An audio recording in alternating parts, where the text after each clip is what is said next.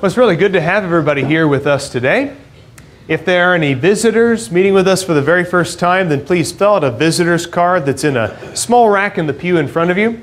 At the end of our service, a few of our members will go around and collect those. We would just love to get in contact with you and thank you for your participation in our worship, and to ask you if you have any questions at all about the Bible, about God, about our congregation, or anything of a spiritual nature. And we'll sit down and open up our Bibles together and get you an answer. Now, based on the title of today's lesson, you would think that I would bring my well-worn copy of True Grit with me today and quote a few passages from that book. It's one of my favorite books, by the way. Both of the versions of the movie were good, but the book, you know how they always say it, the book really is better. But I was actually presented with a perfect introduction about a week or so ago that's even better than a quote from True Grit. We were all out riding bikes together as a family, and about halfway done with our bike ride, Sterling's foot got caught up in the pedal. It ended up getting kind of a nasty little rash on the back of his ankle. Now, he was sitting there nursing his wounds, and he said, "I really want to go home right now. Can we just go home? It hurts so badly." And I said, "Well, what are you going to do if we go home? Because it'll hurt there too." He said, "I'll hide it under a pillow." I really like that, but here's what I told him. So we're halfway between home and the playground, okay? Halfway between home and the playground. We were going to ride our bikes to the playground. Now, either way, that little cut's going to hurt. It could hurt at home. It could hurt at the playground. It's not going to hurt any more or less depending on where you go. It's going to hurt either way. So where would you like that to hurt? And he said, "Well, I guess at the playground." I said, "Good choice." Now, in that 8-year-old version of it, that is, at its core, grit. Grit is the ability to withstand something. Grit is the ability to endure something in the midst of trials, in the midst of pain, in the midst of suffering. Grit is the ability to get up and keep moving toward a destination because you know that the destination is absolutely worth it. Now, grit as a concept of endurance might come from the idea of a pearl found inside of a little creature, an oyster, a clam, whatever. There's different kinds of creatures that will produce a pearl. There's fresh water, there's salt water. But really, the idea of a pearl comes from that piece of grit. And I actually was researching, it's more often than not, it's not grit or sand. It's actually a little parasite that might get inside of the creature. But this little parasite or this piece of sand or this piece of grit doesn't belong in there. And so what it will do is it will produce kind of a mucousy film around that grit, around that sand or that parasite, and put layer after layer after layer after layer after layer of this mucus in order to deal with the parasite or the grit. And now, what comes out of all of that experience, as we witness it, is a pearl. It's kind of weird to think about a pearl, something so beautiful and something so valuable coming out of what is essentially a creature that says, "I've got sand in my eye and I'm trying to deal with it." Or I've got a mosquito bite and here's how I'm going to deal with it. That's basically what this mollusk is doing with that piece of grit or that parasite. Let's have our Bibles open to Hebrews chapter 10 and read a few verses here. And this is going to be our main text for the day. We'll probably come back and note it a few times. So I'd like to look pretty closely here at Hebrews chapter 10, beginning in verse 32. He says, "But remember the former days, when after being enlightened, you endured a great conflict of sufferings. Partly," in verse 33, "by being made a public spectacle through reproaches and tribulations, and partly by becoming sharers with those who were so treated." Now let us thank God every single day that we are able to express ourselves spiritually in prayer, to study His Word, to come together in worship, to proclaim the gospel to all who will listen to it in a relatively unmolested manner. That we're not made a public spectacle, so to speak, the way that they were in the first century just because we're Christians, just because they were Christians. And I thank my God every day that I live in a time and a place where I have that ability and I have that freedom. But he goes on to say in verse 34, "For you showed sympathy to the prisoners and accepted joyfully the seizure of your property, knowing that you have for yourselves a better possession and an abiding one." Now that's hard to think about, isn't it? The idea of not only being made a public spectacle, of not only sympathizing with others who have been made a public spectacle, but to joyfully accept the seizure of your property just because of your profession of faith. And the way he puts it there, to joyfully accept that. Joyfully accepting the seizure of your property.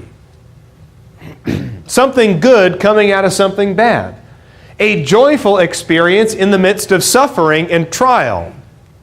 That's grit. Now, he goes on to say in verse 35, "Therefore do not throw away your confidence, which has great reward, for you have need of endurance." You have need of endurance. You have need of grit. You have need of endurance, so that when you have done the will of God, you may receive what was promised, the pearl at the end of the experience. "For yet in a very little while he who is coming will come and will not delay. But my righteous one shall live by faith. And if he shrinks back, my soul has no pleasure in him. If he gives up when the going gets tough, my soul has no pleasure in him." And verse 39, "But we are not of those who shrink back to destruction, but of those who have faith to the preserving of the soul." Now I like the word grit. I like the word grit because it's one of those words that it sounds like what it is. Kind of like from the Bible, the word sluggard. Sluggard is what it is. It's exactly what it sounds like. It's a lazy person. Grit is the same way. It's got a lot of hard sounds. It's got a hard R and a T at the end of it. It is grit. It sounds like it, and so it is. But it comes by a lot of different names. Maybe you know the word determination.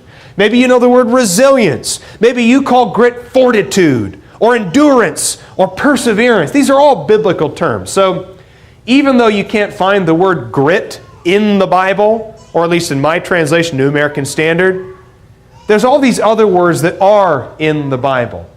And we, as Hebrews chapter 10 says, we have need of that. We have need of grit. Why do so few people seem to possess it, though? Why is it such a difficult concept to grasp? Why is it that when we look for somebody with that grit, that true grit, right? Why do we have such a hard time finding somebody to stand up for what's right and to endure in the end? Many people, not just today, but I think for all time, many people lack true grit. They struggle with self-doubt. They struggle with weakness. They struggle with self-pity and the resolve to keep going when the going seems to get tough. But who were the supposed failures of the Bible?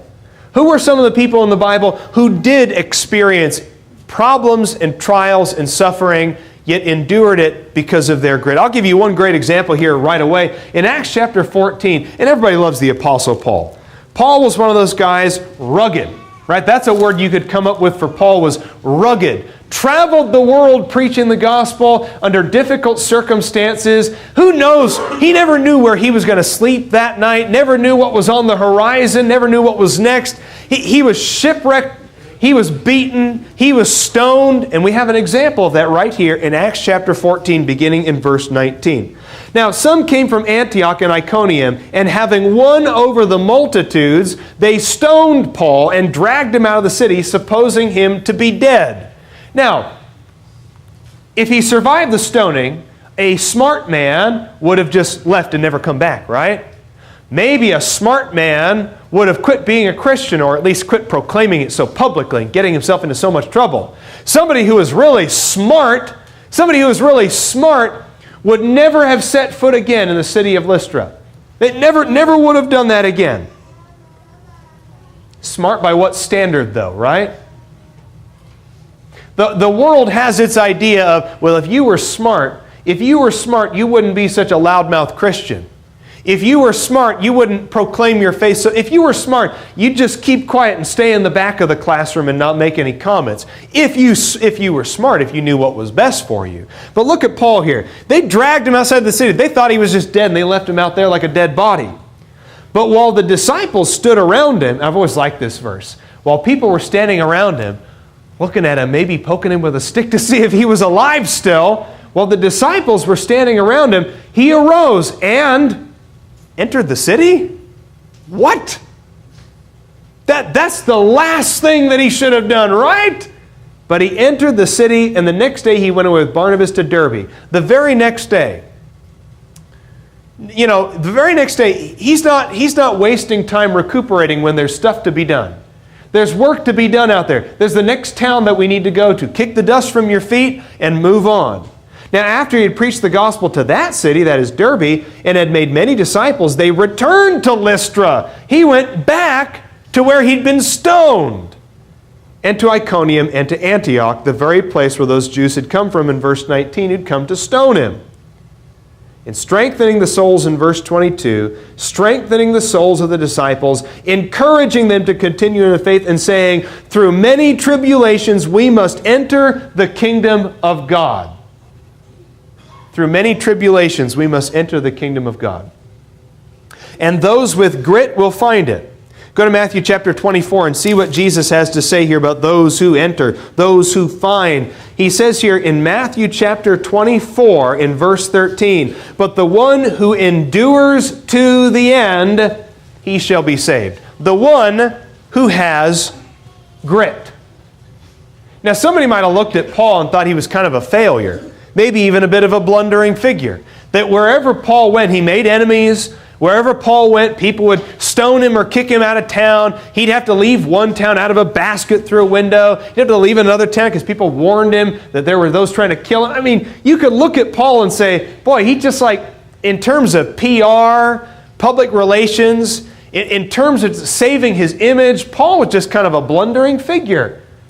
He caused messes for himself wherever he went.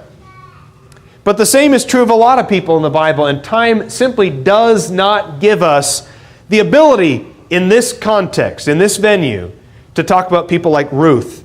Oh, Ruth, boy, she had grit.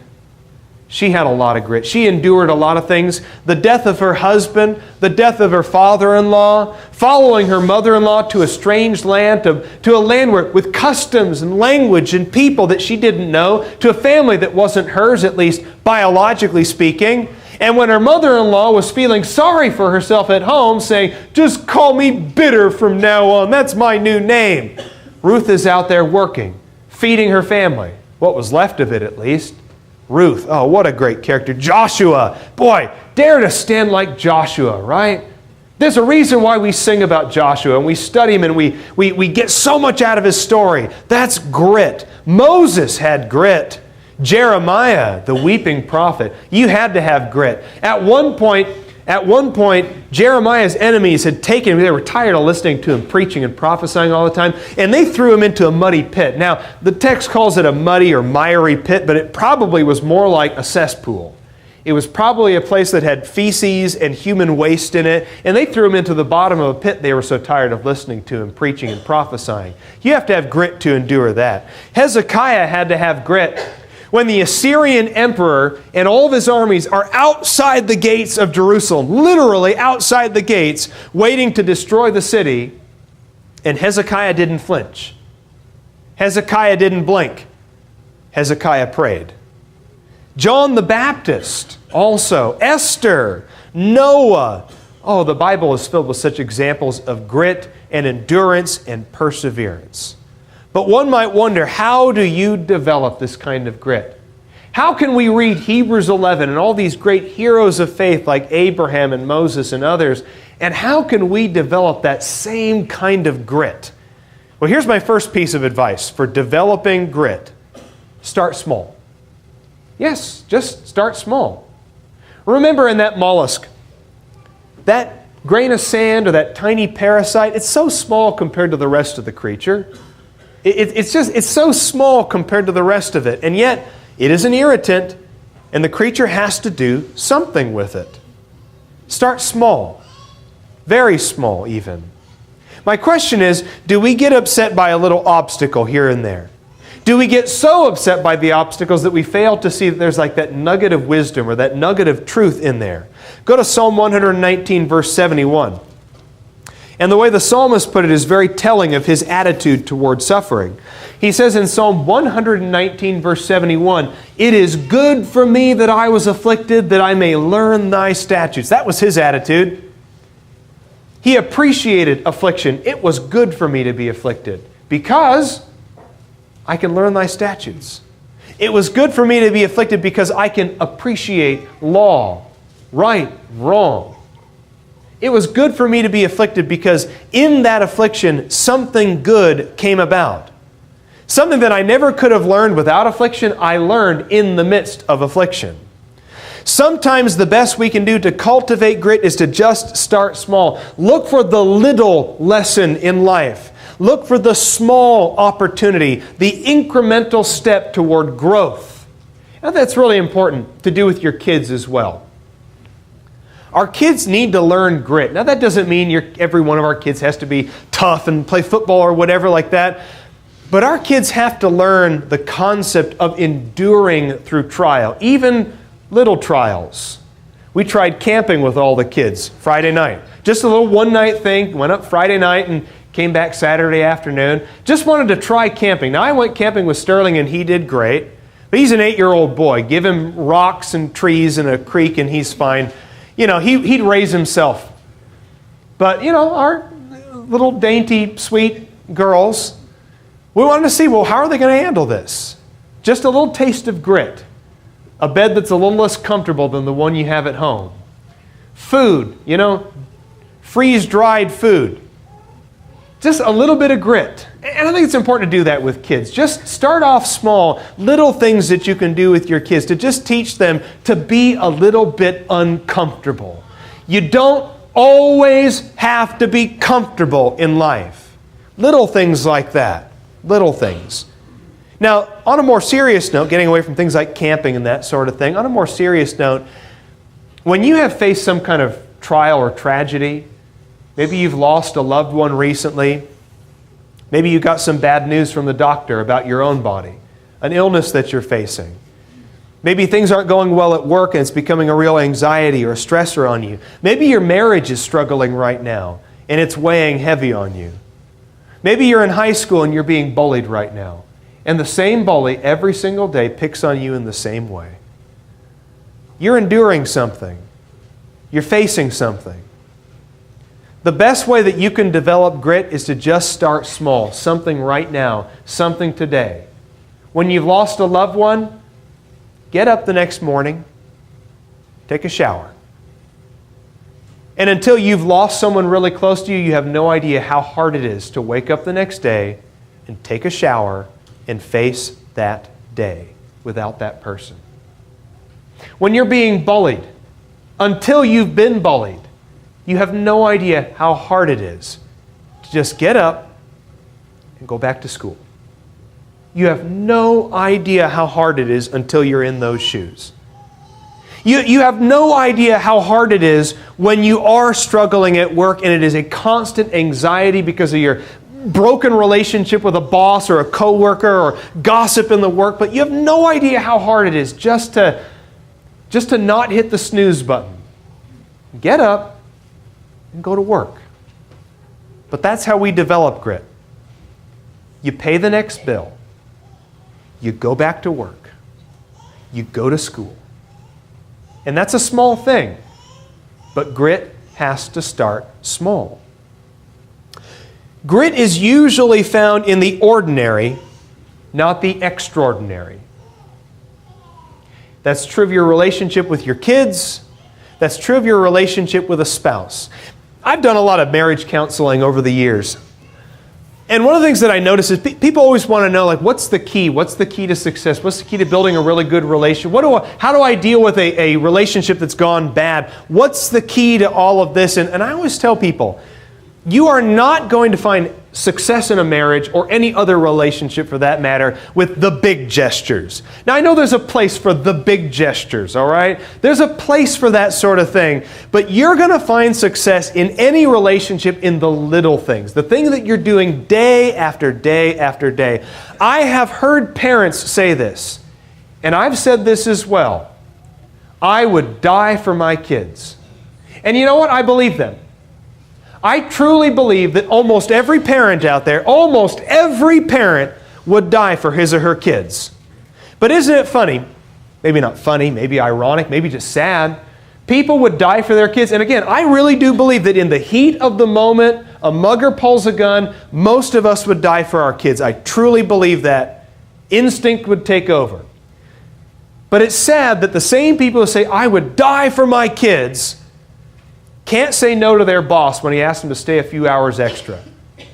No, I got to get home to my kids. Help my kids with their homework. Family time's important to me. We eat together as a family around the table every night. I'm not sacrificing that for a few extra dollars or to get, earn a favor or something from my boss. People who say they would die for their kids, they won't be there for their kids emotionally when they're struggling when a boyfriend or girlfriend breaks up with them. They won't be there when their kids are struggling somehow because somebody at school dies, a tragedy happens, a friend gets killed in a car wreck. They won't be there for them emotionally. You say you'll die for your kids, and I believe you. Love is not about the big gesture. Love is not about jumping in front of a bullet for a loved one. Love is, are you there every single day doing the little things, the ordinary things for your wife, your husband, your children, for people at church? Are you doing the ordinary things for God? It's easy when you're in a foxhole and there's things blowing up all around you to say, God, I give my life to you. I believe in you. Please don't let me die. That's easy to do when there's things blowing up all around you. But grit is found in, I'm going to love and obey and adore God right now when my life is comfortable. That's grit. Grit is daily. It's ordinary, not extraordinary. Failure is also a teacher. It has been rightly said on one of my favorite shows that I mentioned before on Mythbusters on Discovery Channel. They very correctly point out that failure is always an option. And that's true. Failure is always an option because failure at least gives you a data point to work with. You can learn something from failure. So even though you've failed, you can still grow and learn something from that failure. In fact, I think you're just being naive if you go into any new endeavor thinking that there won't be some failure at some point. Failure is always an option, and failure teaches you something. Resilience isn't found in always sticking to the tasks that are easy. Resilience is found in going and making yourself uncomfortable. It's not found in skills that you've already mastered or avoiding potentially challenging situations. It's found in failure and in the lessons that you learn from failure. Go to Galatians chapter 6. In your New Testament, in Galatians chapter 6, verses 7 through 10. He says here, do not be deceived, God is not mocked, for whatever a man sows, this he will also reap. For the one who sows to his own flesh shall from the flesh reap corruption, but the one who sows to the Spirit shall from the Spirit reap eternal life. And let us not lose heart in doing good, for in due time we shall reap if we do not grow weary. So then, while we have opportunity, let us do good to all men, and especially to those who are of the household of faith. Look again at verse 9. Let us not lose heart in doing good. Now, on occasion, are you going to lose heart, or at least feel the temptation to lose heart when you fail somehow? I can only tell you just my experience personally as a preacher. Nothing feels better than just hitting one out of the ballpark. And nothing feels worse than laying a stinker, right? Just nothing feels worse than making a mistake of some kind, like using the phrase laying a stinker in a sermon, like that. There you go. I'll have to let that one down. Brian can edit that part out. But nothing feels worse than saying something that has been taken the wrong way, or that was said in the wrong way, or that has affected somebody negatively in a way that you weren't anticipating. And I felt the temptation as a preacher to say, you know what? I can't handle the responsibility anymore. I quit. I'm going to go be a furniture salesman. But he says, let us not lose heart in doing good. Don't lose heart in doing good. You may extend yourself in some way. Say, I'm going to get out of my comfort zone and I'm going to learn a new skill and I'm going to do something new, and then you fail, or somebody criticizes you, or somebody calls you out for the wrong way for saying it or phrasing it, and the temptation is to go like this and to go back inside. and to say, hey, I tried getting out of my comfort zone and it blew up in my face. I tried doing something I wasn't good at, and as it turns out, I wasn't good at it, so I give up. Whatever. He says, do not lose heart in doing good. So you fail sometimes. You try something new and it blows up in your face. Don't lose heart in doing good, for in due time we'll reap if we do not grow weary. In due time. Now, in due time we'll reap in this life if you practice something enough, if you apply yourself enough, if you learn from the failure, even if the failure happens again and again and again, if you do not lose heart, you'll reap. You'll reap. Something will come from it. And if not in this life, then certainly in the next life when we're with God in heaven. That's a very powerful thing to keep in mind. In Matthew chapter 24, we need to be in it for the long haul. The one who endures to the end, that's the person who will be saved. Through all the ups and downs, we need to decide in advance that the desired outcome is worth the obstacles. Do hard things.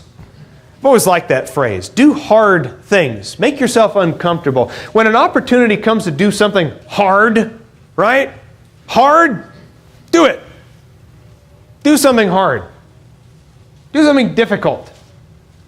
If you've run a half marathon, try a full marathon. And if you try a full marathon and you're not dead, there's always an ultra marathon, I suppose. There's crazy people who run 100 miles.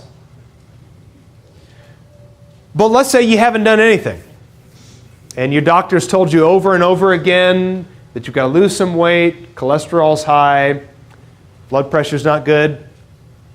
Now, can you do something? Take that first walk, take that first step, eat a little bit less. I mean, doing hard things may be very hard for you, may be really easy for somebody else. What's hard for you is going to be different for everybody. But do hard things, push yourself, challenge yourself in some way. Now, I've always liked the way it's described here in Hebrews 5, speaking of Jesus learning something. And yeah, it's kind of an odd verse. Kind of an odd idea to think about Jesus learning something. But it says in Hebrews chapter 5, beginning in verse 7, but into the second, that was chapter 9.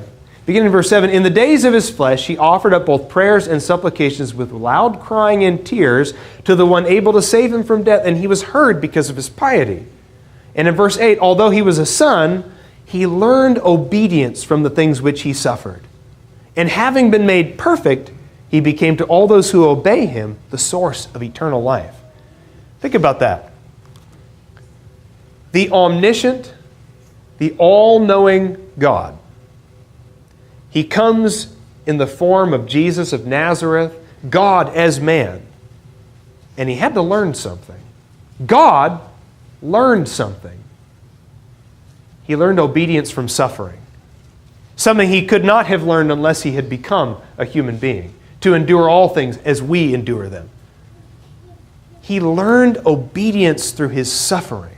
Now that's the example that we have in Jesus. He did something hard. You think it was easy for Jesus to leave the right hand of the Father? You think it was easy for him to take deity and stuff it into bodily form the way Colossians describes it, deity dwelling in bodily form? You think it was easy for a God who is used to being everywhere at all places at once to have to walk everywhere he went?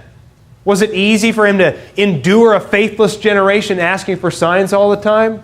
Isn't it interesting that the omnipotent God who created the entire universe with nothing but words struggled to carry a wooden beam up a hill?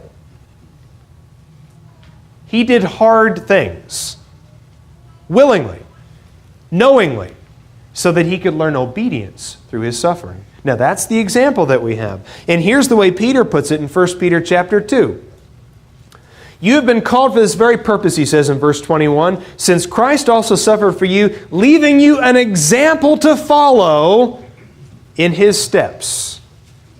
He left you an example. He suffered. We also must learn to suffer. And he learned things through his obedience. And James chapter 1 speaks to that as well, that when we learn to endure in the midst of our sufferings, what's the result? He says that you may be perfect and complete, lacking in nothing. Now here's the last point I want to make before the lesson is over.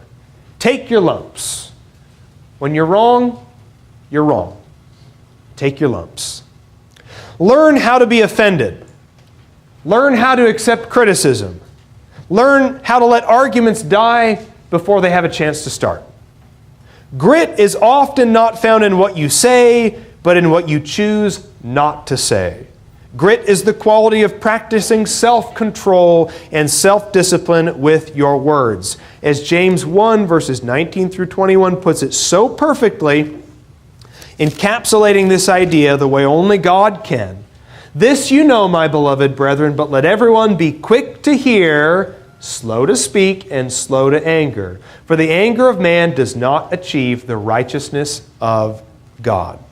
Our angry outbursts, our petty acts of self-defense and self-righteous excuse-making, and anytime somebody criticizes you, if you're always going like this, James chapter 1. And if you're scrolling through Facebook and you see someone that's just dead wrong about something, and he needs someone to tell him the right thing, and I'm going to... And if you always have to feel like you have to have an answer for everyone who's wrong about something out there, if you're the master of all grammar and the master of all historical facts, and you know politics better than everybody else out there, and you're going to tell the world, well, we've got to be slow to speak, slow to anger, but quick to hear, quick to listen. We need to learn that hours-long arguments on social media don't produce anything but frustration. We need to stop making excuses for our mistakes when we have made them and simply say, "You're right. I'll try better next time." We need to stop casting our pearls before swine and let willfully ignorant people be ignorant. Because there's other people out there who would love to learn about the gospel, and we are neglecting them and ignoring them because we get so caught up in silly arguments, arguing about genealogies and arguing about words, as the Bible puts it. Luke chapter 10 talks about a certain lawyer. I want to read this one. I like the way the text puts it here. Go to Luke chapter 10 and verse 25. The way the lawyer kind of jostles and positions himself, to me, is humorous. There was a certain lawyer who stood up in verse 25 of Luke 10. And he put Jesus to the test, saying, "Teacher, what shall I do to inherit eternal life?" This is probably one of his go-to gotcha questions that he would ask people. "Well, what is written in the law?" Jesus responds. "How does it read to you?" And so he rattles off a bunch of the 10 Commandments in verse 27. And in verse 28, and he said here, "You have answered correctly. Do this and you will live." Now, wishing to justify himself in verse 29. Look at that. Wishing to justify himself instead of just saying, "You know what, you're right.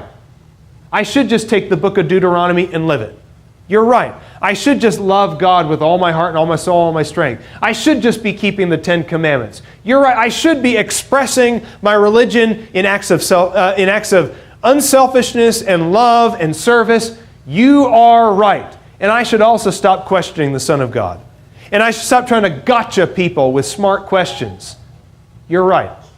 But wishing to justify himself, got to watch out for that. The man didn't have any grit. So instead of outsmarting Jesus, he's the one who got outsmarted. King Saul offers his excuses in 1 Samuel chapter 13, and when Samuel catches him on it, catches him offering sacrifices that he was not lawfully allowed to make, Saul should have said, "You're right. You're right. I was wrong about that. What do I need to do better next time?"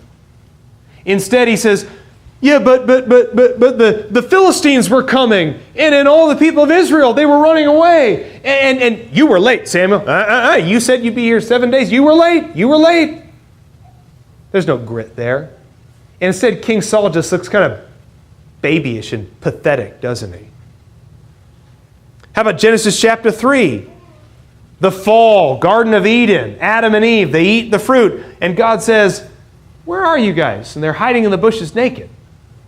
They say, "Well, we're naked and we're ashamed and we're hiding from you." "Well, who told you that?" Adam says, "She did it." And Eve looks around for a slithering serpent. She says, "Where did he go?" He did it. And they end up looking pretty pathetic, because they don't take responsibility for when they've done something wrong. They don't just say, "I'm sorry." Ecclesiastes 10 verse 4. The anger of the king will be allayed if you just stay at your post. It's better to just stay at your post, take responsibility for your mistakes, than to try and hide or run or make excuses. And of course, compare the excuse makers and the self-defenders and the social media justice warriors and the bloggers and the people who argue on the news. Compare all the excuse makers of the world to Jesus, who, when he was faced with false accusations, said nothing. And like a lamb that is silent before its shearers, like a little sheep that is led away to slaughter, he said nothing. He said nothing. Because he knew what he was doing was the right thing. That's grit. We've got to learn grit, my friends. We've got to learn endurance and perseverance. And it starts now. It starts today. Will you be a better Christian, a better parent, a better spouse, a better worker, a better citizen? Will you be a better child of God and devote your life more wholly and more completely to Him? If you have any spiritual needs at all, please let them be known by coming forward as we stand and sing.